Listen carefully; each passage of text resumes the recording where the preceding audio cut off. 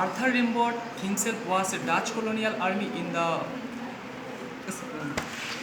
Arthur Rimbaud himself was a soldier in the Dutch colonial army. He understood the futility of war.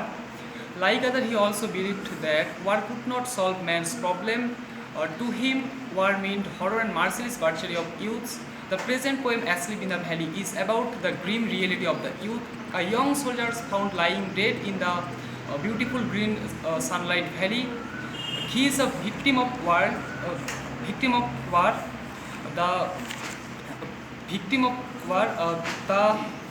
Two bullets pierce his body. The dead soldier represent here all the hopeless soldiers of the hopeless soldiers who trapped into cold unnatural premature death. Thus the poet proclaims the futility of war and expresses the hatred against the warmongers. ঠিক আছে, ওকে। প্রথম দিন না কোনো problem নেই, ঠিক আছে। এর পরবর্তীতে রেডি।